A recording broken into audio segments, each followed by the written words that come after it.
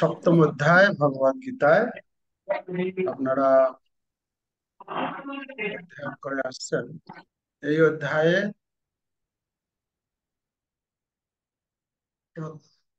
ঐশ্বর্যের কথা ভগবান বর্ণনা করেছেন প্রথম দিকে, যে ভগবান যে হচ্ছে সবকিছুর মূল, ভগবান থেকে সবকিছুর উৎপত্তি হয়েছে, সেই সম্বন্ধে ভগবান আলোচনা করেছেন। ভগবান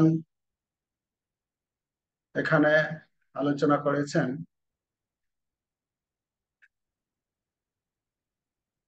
যে ভগবান এই বিভিন্ন শক্তি, বিভিন্ন জড়া শক্তি এবং পরা শক্তি দুইটারই উৎপত্তি তার থেকে হয়েছে। তাহলে কথা হচ্ছে যে ভগবান যদি এই সবকিছু শক্তির উৎস হয়, তাহলে ভগবানকে তো সবাই মানার কথা, ভগবানকে সবাই পুজো করার কথা। তাহলে সবাই কেন ভগবানকে পুজো করে না বা ভগবানকে কেন মানে না? তো ভগবান তখন বলছেন কি, এই না মানার কারণ হচ্ছে প্রত্যেকটি জীব গুণের দ্বারা প্রভাবিত। ত্রিভির গুণময়ী ভাবই সর্বমিদম জগৎ মোহিতম নাভি জানাতি মামিভ্য পরম। ভগবান বলছেন এই জগতের প্রত্যেকটি জীব প্রকৃতি, জড় প্রকৃতির তিনটি গুণের দ্বারা যেহেতু প্রভাবিত, তাই গুণ সমূহের দ্বারা তারা নিয়ন্ত্রিত। তাই 13-14 এই দুটি শ্লোকে ভগবান বলছেন যে শ্রীকৃষ্ণই গুণ সমূহকে নিয়ন্ত্রণ করেন। তো যেহেতু কেউ হয়তো বলতে পারে যে আমরা তো গুণের দ্বারা প্রভাবিত, তাহলে আর আমাদের কি করার আছে, ও তো গুণ যেভাবে যেভাবে কাজ করাচ্ছে সেইভাবে করছে। তখন বলা হচ্ছে এই 13 এবং 14 নম্বর শ্লোক, যেখানে ভগবান বলছেন যে এই যে গুণ রয়েছে, এই গুণ থেকে মুক্ত হতে গেলে এই গুণটা কার? ভগবানের। তো যিনি এই গুণের নিয়ন্ত্রণকারী, নিয়ন্ত্রণ কর্তা, তার যদি আমরা শরণাগত হই, তাহলে এই গুণ থেকে আমরা মুক্ত হতে পারি। যেটা 14 নম্বর শ্লোকে বলছেন যে দৈবী ঈর্ষা গুণময়ী মম মায়া দূরত্বয়া। ভগবান বলছেন এটাকে, এই গুণকে কেউ অতিক্রম করতে পারে না। তাহলে গুণ থেকে অতিক্রম হওয়ার উপায় কি? না তার শরণাগত। মামে বজে প্রপদ্যন্তে মায়ামেতম তার। সে এই গুণ থেকে মুক্ত হতে পারবে। তো যখন 13 এবং 14 নম্বর শ্লোকে ভগবান এটা সিদ্ধান্ত দিলেন, তাহলে এই গুণের যে মালিক ভগবান, তার শরণাগত যদি হয় কেউ, তাহলে এই গুণ থেকে মুক্ত হয়ে সে, হ্যাঁ, এই গুণের প্রভাব থেকে সে মুক্ত হতে পারবে। তো তার পরবর্তী সেকশন 15 থেকে 19 নম্বর শ্লোকে, সেখানে ভগবান বর্ণনা করেছেন যে অধার্মিকেরা কখনোই শরণাগত হয়। এখন কথা হচ্ছে, তাহলে ঠিক আছে, তাহলে শরণাগত হয়ে গেলেই তো সমস্যার সমাধান। তারপরে ভগবান বলছেন যে না, শরণাগত তো হয়ে গেলে সমাধান, কিন্তু কিছু লোক রয়েছে, কিছু অধার্মিক ব্যক্তি রয়েছে, যারা কি কোনোদিনই ভগবানের শরণাগত হয় না। তো শ্রীকৃষ্ণের প্রতি শরণাগতি কখন আসবে? ভগবানের, শ্রীকৃষ্ণের প্রতি শরণাগতি আসে ধর্মীয় ভাব ও জ্ঞানের ভিত্তিতে। কেন?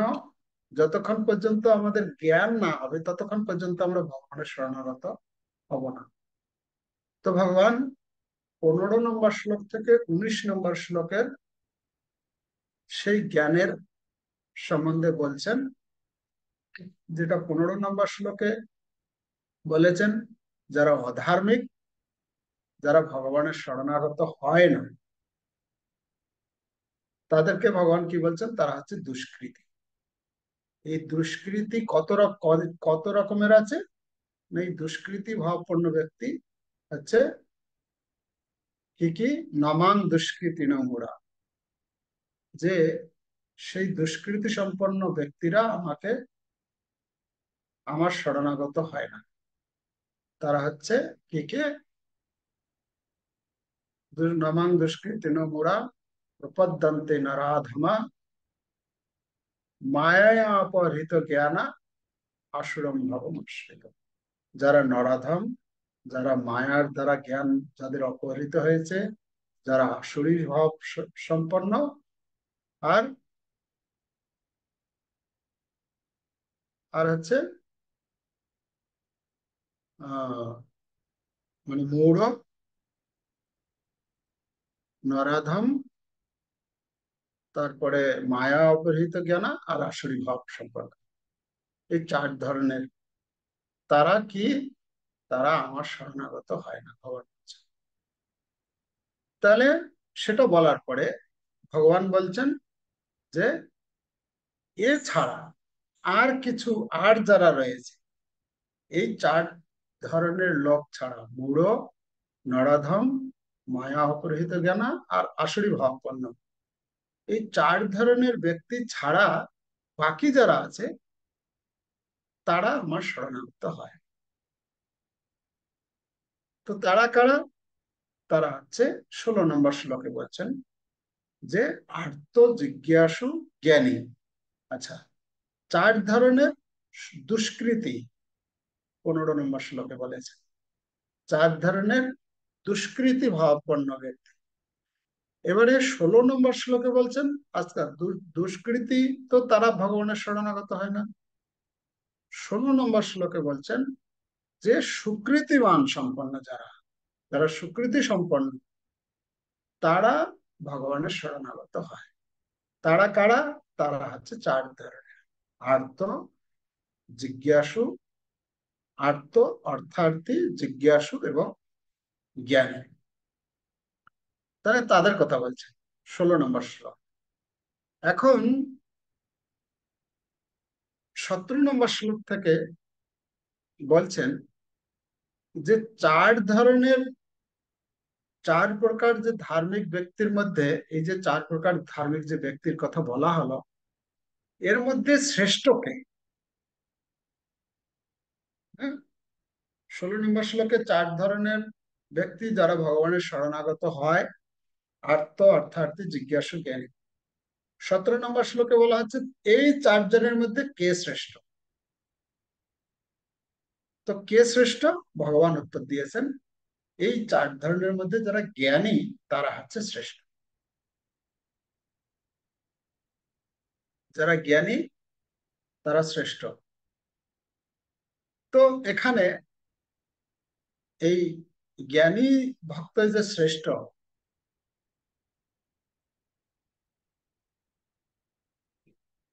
18 নম্বর শ্লোকে ভগবান বলছেন যে এই যে জ্ঞানী ভক্ত, এরা যে শ্রেষ্ঠ, 18 আর 19, 18 নম্বর শ্লোকে ভগবান বলছেন যে যে আহ এই সেই সমস্ত জ্ঞানী ভক্তরা আমার অন্তরঙ্গ, মানে আমার কথা তারা সবসময় চিন্তা করে, আর আমিও তাদের হৃদয়ে বাস করি। হ্যাঁ, ভক্তরা আমাকে ছাড়া কিছু জানে না, সেই জ্ঞানী ভক্তরা, আর আমিও তাদেরকে কখনো বলতে পারি না।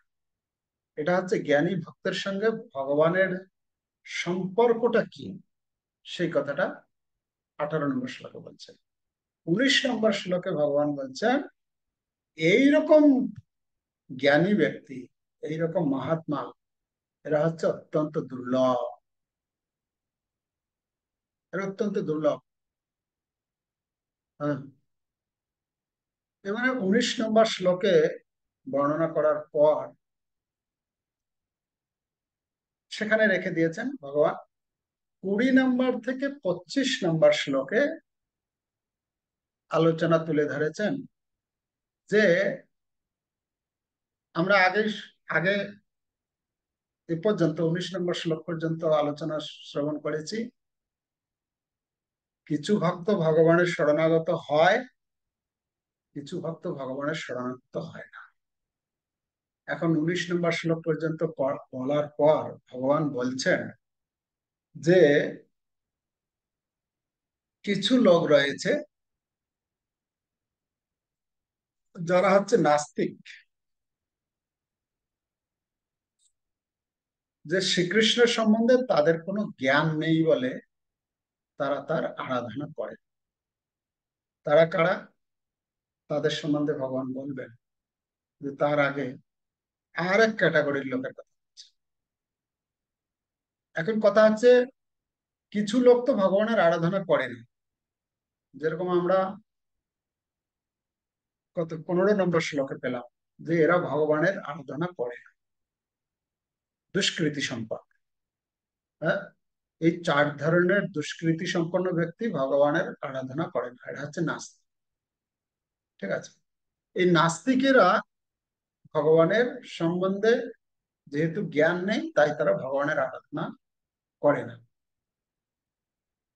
এবার বলা হচ্ছে আর আর এক ধরনের ব্যক্তি তো ভগবানের আরাধনা করে, যাদের আমরা 16 নম্বর শ্লোক থেকে 19 নম্বর শ্লোকে তাদের সম্বন্ধে শুনলাম। এবারে এছাড়াও আর কিছু লোক রয়েছে। তারা কারা? না, অনেকেই আরাধনা করলে তাদের কৃষ্ণের সম্বন্ধে কোনো জ্ঞান না থাকায় তারা ভগবত আরাধনার বিপরীতে অবিধিপূর্বক, যেটাকে বলা হচ্ছে অবিধিপূর্বক, ভগবানের আরাধনা করে, মানে পরোক্ষভাবে ভগবানের আরাধনা করে তাদের কথা। এখন কথা হচ্ছে তারা কারা? এখন একটা 16 নম্বর শ্লোক থেকে 19 নম্বর শ্লোকে যা বর্ণনা পেলাম আমরা, যারা হচ্ছে সরাসরি ভগবানের কাছে যায়, সরাসরি ভগবানের আরাধনা করে, ভগবানের উপাসনা করে। হ্যাঁ, হয়তো সেখানে একটু স্তর কম বেশি থাকতে পারে। 4 জনের কথা যে বলা হচ্ছে, আর্ত অর্থার্থী জিজ্ঞাসু জ্ঞান, কিন্তু তারা ভগবানের শরণাগত। আর কিছু হচ্ছে নাস্তিক। এখন বলা হচ্ছে 20 নম্বর শ্লোক থেকে যে এই 2 ধরনের লোক ছাড়া, মানে যারা ভগবানের শরণাগত হয়, যারা ভগবানের শরণাগত হয় না, ভগবানের আরাধনা করে আর করে না, এই 2 ক্যাটাগরির লোক ছাড়াও আরো কিছু লোক রয়েছে যারা কি আরাধনা তো করে কিন্তু সরাসরি ভগবানের আরাধনা করে না। তারা কি করে? না, তারা অবিধিপূর্বক পরোক্ষভাবে ভগবানের আরাধনা করে, মানে তারা বিভিন্ন দেব দেবীর আরাধনা করে। তো তারা কি করে? তারা অনেকেই মুক্তি লাভ সহ অন্যান্য প্রয়োজনে অন্য শক্তির দ্বারস্থ হয়। অন্য শক্তির দ্বারস্থ মানে, অন্য মানে ভগবান ছাড়া, ভগবান ছাড়া অন্য শক্তি, মানে বিভিন্ন যে দেব দেবীগণ তারা হচ্ছেন এক এক শক্তি, তাই না? শক্তি উপাসনা। তো তারা অন্য শক্তির দ্বারস্থ হয় কিন্তু ভগবানের শরণাপন্ন হয়। তাদের মধ্যে অনেকেই দেবতা, আবার অনেকেই নির্বিশেষ ব্রহ্মের শরণাপন্ন। তাহলে এখানে 2টা ক্যাটাগরি করা হচ্ছে। যারা অন্য শক্তির দ্বারস্থ হয় তাদেরকে 2টা ক্যাটাগরি করা হচ্ছে। কারা? কিসের কিসের? একটা হচ্ছে একজন হচ্ছে অন্য শক্তি, অন্য শক্তির যে দ্বারস্থ হয়। কিছু আছে যে দেবতার শরণাগত হয়, আর কিছু আছে নির্বিশেষ ব্রহ্মের শরণাগত। যেটা শ্রীকৃষ্ণ যে 4 প্রকার দুষ্কৃতির উল্লেখ করেছেন তাদের সম্বন্ধে যেরকম বলা আছে, তারা হচ্ছে অজ্ঞান। যেহেতু তাদের ভগবান সম্বন্ধে কোনো জ্ঞান নেই, তাই তারা ভগবানের শরণাগত হয় না।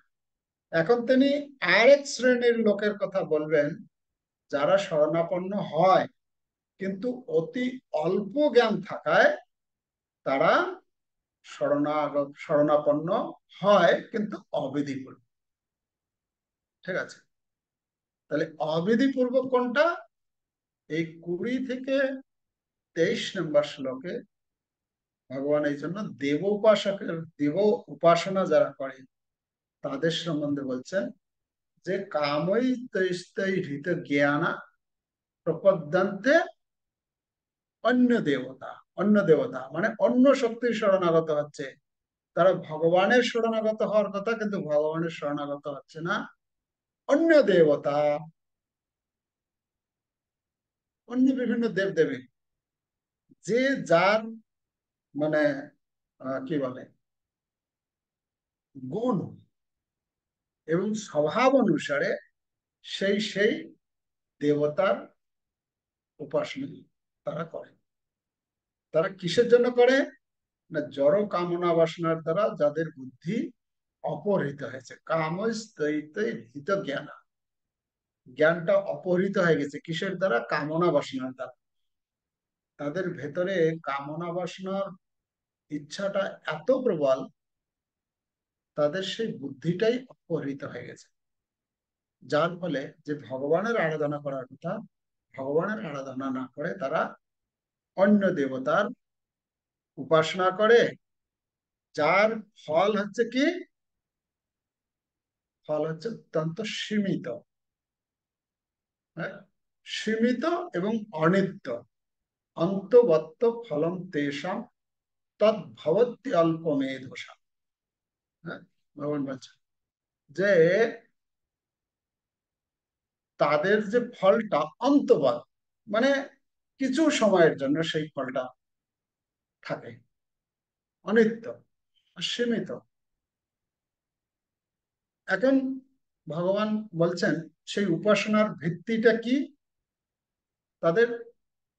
না, তাদের উপাসনার ভিত্তি হচ্ছে কি? তাদের গুণ এবং প্রকৃতি অনুসারে বিভিন্ন দেবদেবীর আরাধনা।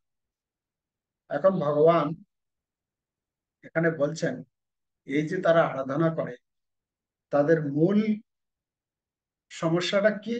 না শ্রীকৃষ্ণের সম্বন্ধে তাদের জ্ঞানের অভাব। কোন জ্ঞানের অভাব? শ্রীকৃষ্ণ সম্বন্ধে তারা কি জানে না যে কৃষ্ণ ভগবান? না, তারা ভগবত গীতায় যে 6 নম্বর শ্লোক, এই 7 অধ্যায়ের 6 নম্বর শ্লোকে যে ভগবান বলছেন শ্রীকৃষ্ণ হচ্ছেন সবকিছুর উৎস, 6 নম্বর শ্লোকে কি বলছেন? এতজ্জনিনি ভূতানি সর্বাণ্যেতি কোধারায় অহং কৃষ্ণস্য জগত ভাব প্রলয়। এই সমস্ত জগতের মূল হচ্ছে আমি, আমার থেকে সবকিছু সৃষ্টি হচ্ছে, আমাতেই প্রলয় হচ্ছে। এই তত্ত্ব যে ভগবান থেকে সবকিছু হচ্ছে সেটা তারা জানে না।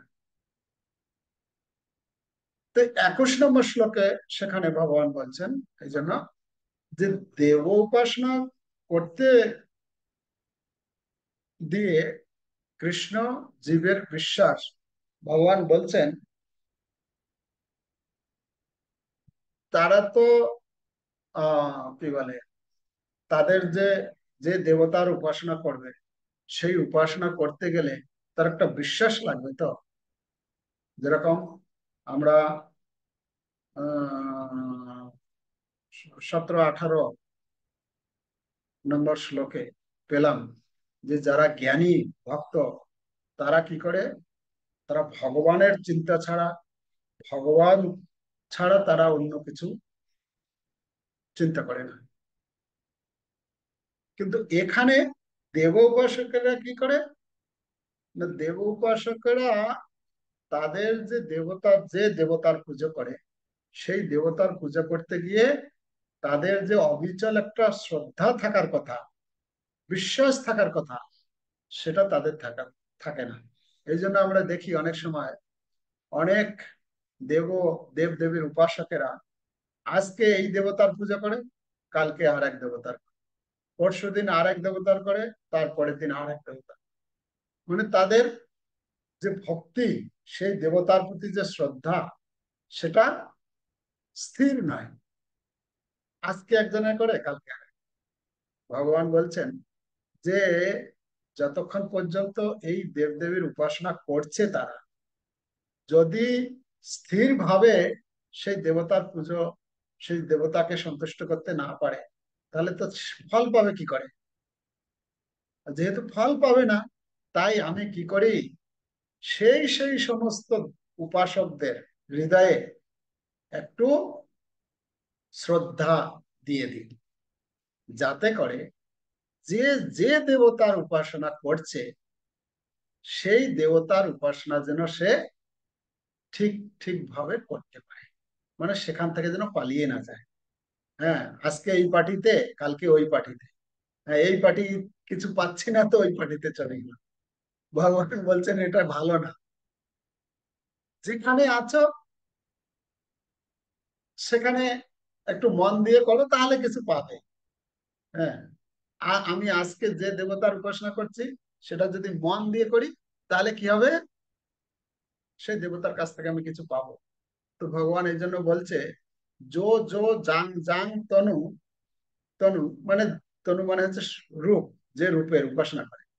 জো জো জাং জাং, যে যে, যে যে দেবতা, মানে যে ভক্ত, যে যে দেবতা ভক্ত যে দেবতার উপাসনা করে, জো জো জাং জাং তনু ভক্ত শ্রদ্ধায়ার্জিত মিচ্ছতি, মানে শ্রদ্ধা সহকারে ইচ্ছা করে অর্চন করার, পুজো করার, আরাধনা করার।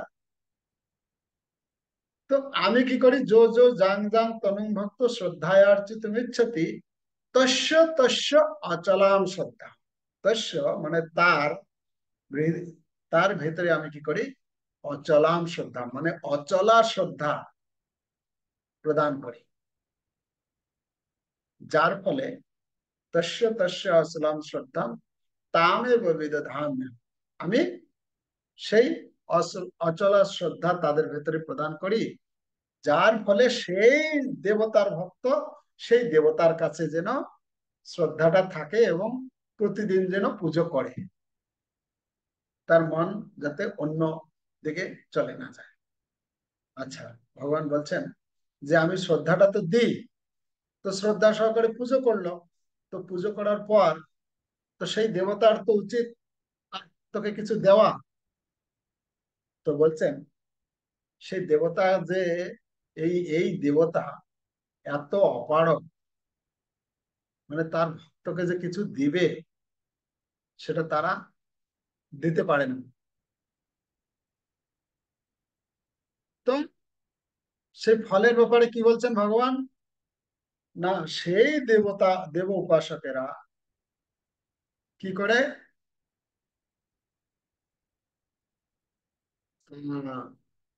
23 নম্বর শ্লোকে, অন্তবন্ত ফল ফলম তেষাম তদ্ভবত্যল্পমেধসাম দেবান দেব যজ জানতি, সেই দেবতারা, আচ্ছা তার আগের শ্লোকে বলছেন যে আমি সেই দেবতাকে, এই সেই ভক্তের গিফট দেওয়ার জন্য আমি সেই দেবতাকে দিই, আর সেই দেবতা নিয়ে গিয়ে তার ভক্তকে দিয়ে দেয়, যার সঙ্গে যেরকম চুক্তি, যার সঙ্গে যেরকম কন্ডিশন করা আছে, সেই সেই ফলটা আমি সেই দেবতাকে দিই, সেই দেবতা আমার কাছ থেকে নিয়ে গিয়ে তার ভক্তকে দিয়ে দেয়। সেটা কতদিনের জন্য, পার্মানেন্ট না, বলছে যেটা দিই ওটা হচ্ছে ক্ষণস্থায়ী, মানে অন্তবৎ কিছু সময়ের জন্য সেই ফলটা লাভ করে, তারপরে আমরা, হ্যাঁ, কেন বলা হচ্ছে এই জগতের, এই কি বলে, এই জড় জগতের, একদম ব্রহ্মলোক থেকে শুরু করে পাতাল লোক পর্যন্ত, এই জড় জগতের যত যা কিছু বস্তু আছে, সেটা হচ্ছে কি নশ্বর, পরিবর্তনশীল, ক্ষণস্থায়ী। হ্যাঁ, তো যেহেতু দেবতারা এই এই এই গণ্ডির মধ্যেই আছেন না,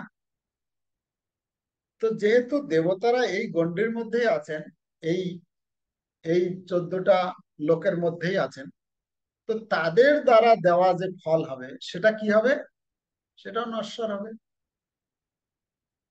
পরিবর্তনশীল হবে, ক্ষণস্থায়ী।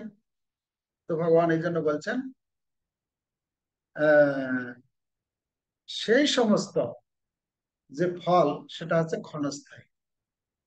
আর ভগবান বলছেন কি, সেই সমস্ত দেব উপাসকেরা, সেই ভক্ত যদি একদম খুব ভালোভাবে সেই দেবতার উপাসনা করে, মানে শুদ্ধভাবে, আর যদি সিদ্ধি লাভ করে, তাহলে তাদের গতি কি হয়? দেবান দেব যজ জানতি, সেই দেবতা ভক্ত সেই দেবলোকে যায় যার উপাসনা করেছে। চন্দ্রলোক, বরুণ লোক ইত্যাদি আলাদা আলাদা তাদের লোকে যায়। দেবান দেব যজ জানতি, ভগবান বলছেন কিন্তু মদ ভক্তা জানতি মাম।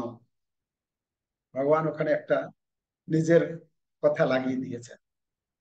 এই যত দেবতা ভক্তরা রয়েছেন তারা সেই সেই দেবলোকে যায়। আর সেটা কোথায়? এই জড় জগতের মধ্যেই। সে যে কোনো দেবতার লোকে যাক না কেন, সেটা হচ্ছে এই জড় জগতের মধ্যে। ভগবান বলছেন কিন্তু আমার ভক্তরা, যারা আমার ভক্ত, কোনটা? যারা হচ্ছে ওই 16 নম্বর শ্লোক থেকে 19 নম্বর শ্লোকের মধ্যে যে আলোচনা করেছেন, আমার ভক্তরা আমার লোকে যায়। আমার লোকে যায় মানে ভগবানের ধাম, বৈকুণ্ঠ, গোলক বৃন্দাবনে যান সেই সমস্ত। ঠিক আছে? তো মদ ভক্তা জানতি মা, আমার ভক্তরা আমার লোকে যায়, যেটা হচ্ছে নিত্য, শাশ্বত, সনাতন, অবিনশ্বর, সেই লোকে যায়। সেখানে গিয়ে তারা কৃষ্ণ সেবা, কৃষ্ণ ভক্তি কন্টিনিউ চালাতে থাকে। তাহলে তাহলে ভগবান এই কথা তুলে ধরেছেন যে ক্যাটাগরি, কত ধরনের লোক রয়েছে, সেই লোকেরা কি কিভাবে কার উপাসনা করে। এখন 23 নম্বর শ্লোক পর্যন্ত ভগবান এই যারা অবিধি পূর্বক উপাসনা করে তাদের কথা বলছেন, যে যারা দেব উপাসকেরা তাদের কথা বলার পর ভগবান বলছেন এই দেব উপাসক ছাড়া আর এক ধরনের, আর এক শ্রেণীর উপাসক আছে। তারা কারা? না, যারা আমার শরণাপন্ন হয়। আমার শরণাপন্ন হয়, কিন্তু সমস্যা কি তাদের? তারা যথাযথভাবে শরণাপন্ন হয় না। তারা হলো নির্বিশেষবাদী। এটা 24 নম্বর শ্লোকে বলছে। এই 24 নম্বর শ্লোকে তাদের সম্বন্ধে বলছেন যে অজ্ঞতার ফলে তারা আমার অব্যয় এবং পরম ভাব অবগত হতে পারে না। তাই তাদেরকে বলা হচ্ছে বুদ্ধিহীন। যারা দেব উপাসক তাদেরকে বলা হচ্ছে অল্প মেধাসা, মানে অল্প বুদ্ধি আছে তাদের। তাদের বুদ্ধি আছে কিন্তু বুদ্ধিটা হচ্ছে খুব খুব অল্প। যারা দেব উপাসনা করে অন্ত না তদ্ভবত্য অল্প মেধসা, অল্প বুদ্ধি আছে তাদের। কিন্তু যারা নির্বিশেষের উপাসনা করে তাদের সম্বন্ধে ভগবান বলছেন এদের বুদ্ধি নেই, অবুদ্ধয়। অবুদ্ধয় মানে তাদের বুদ্ধি নেই। তো যারা নির্বিশেষ উপাসনা করে তার কথা বলছেন। নির্বিশেষবাদীদের দর্শন, তাদের কেন জ্ঞানের অভাব, সেই কথা এই 24 নম্বর শ্লোকে আলোচনা করেছেন। যে তারা তারা হচ্ছে ভগবানের ব্রহ্ম কে পরম সত্য বলে জানেন না, ভগবানের যে রশ্মিচ্ছটা তাকেই ভগবান বলে মনে করে। আর যেহেতু আর আর কি করে তারা? যেহেতু নির্বিশেষ ব্রহ্মকে ভগবান বলে মনে করে তার আরাধনা করেন, তাই তারা ভগবানের রূপ, ভগবানের গুণ, ভগবানের লীলা এই সব সম্বন্ধে তাদের ধারণা নেই। এবং যখন ভগবান আসেন, যখন লীলাবিলাস করেন, তখন তারা মনে করেন যে ভগবান এই জগতে এসেছেন মায়ার সংস্পর্শে আসার ফলে, ফলস্বরূপ ব্রহ্মের মানে কি বলে, এটা হচ্ছে মায়া। ঠিক আছে? আসলে ভগবান হচ্ছে নিরাকার। ভগবানের কোনো কোনো রূপ নেই, ভগবানের কোনো গুণ নেই, ভগবানের কোনো আহ লীলা, এসব কিছু নেই। ঠিক আছে? তারা মনে করে শ্রীকৃষ্ণ, ভগবান যখন শ্রীকৃষ্ণ রূপে আসেন, তারা মনে করে যে এই বসুদেব এবং দেবকীর পুত্র হয় একজন শক্তিশালী সাধারণ জীব রূপে তিনি লীলাবিলাস করেন। ঠিক আছে?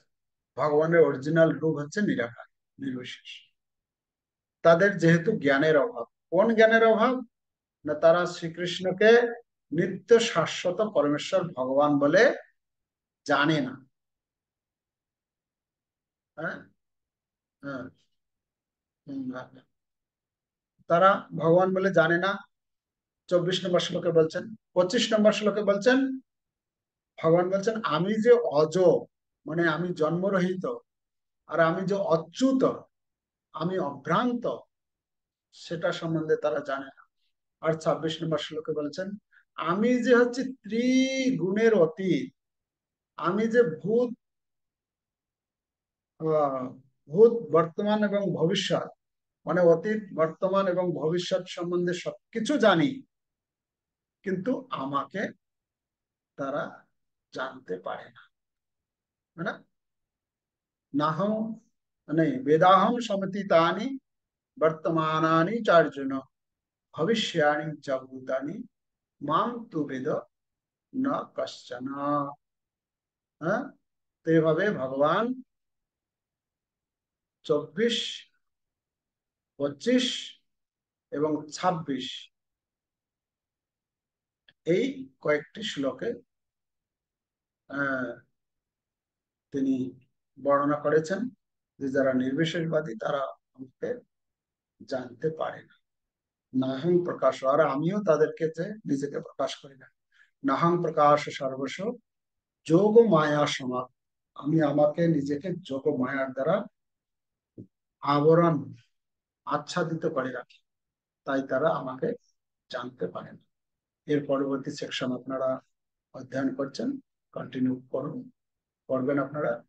মোহ, মানে 26 থেকে 30 এই অধ্যায়ের অন্তিম সেকশন, যেখানে বর্ণনা করা হচ্ছে মোহ এবং কৃষ্ণকে জানার মাধ্যমে এই মোহ থেকে কিভাবে মুক্ত হওয়া যায়, সেই সম্বন্ধে ভগবান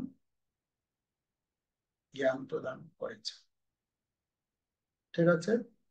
তো আমরা জানতে পারলাম ভগবান শ্রীকৃষ্ণ কিভাবে এই সপ্তম অধ্যায়ে জ্ঞান প্রদান করেছেন, ভগবানের ঐশ্বর্য, ভগবান যে সবকিছুর মালিক, ভগবান থেকে সবকিছু সৃষ্টি হয়েছে,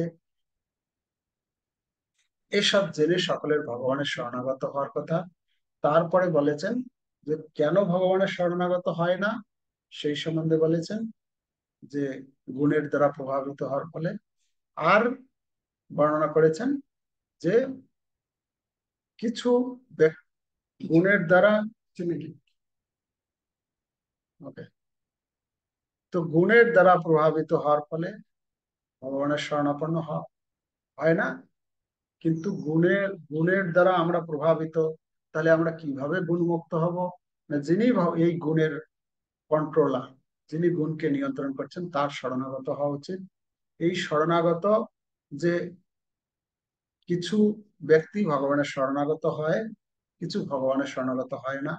যারা শরণাগত হয় না তাদের সম্বন্ধে 15 নম্বর শ্লোকে, আর যারা শরণাগত হয় 16, 17, 18, 19 এই কয়েকটি শ্লোকে বলছেন। তার পরবর্তীতে এই ব্যক্তিগণ ছাড়াও আর কিছু লোক রয়েছে যারা অবিধিপূর্বক ভগবানকে মানে, যারা হচ্ছে দেব উপাসক। 20, 21, 22, 23 নম্বর শ্লোক পর্যন্ত এছাড়া আর এক শ্রেণীর লোক আছে যারা হচ্ছেন 24, 25, এই দুটি শ্লোকে মূলত বিস্তার বর্ণনা করা হয়েছে।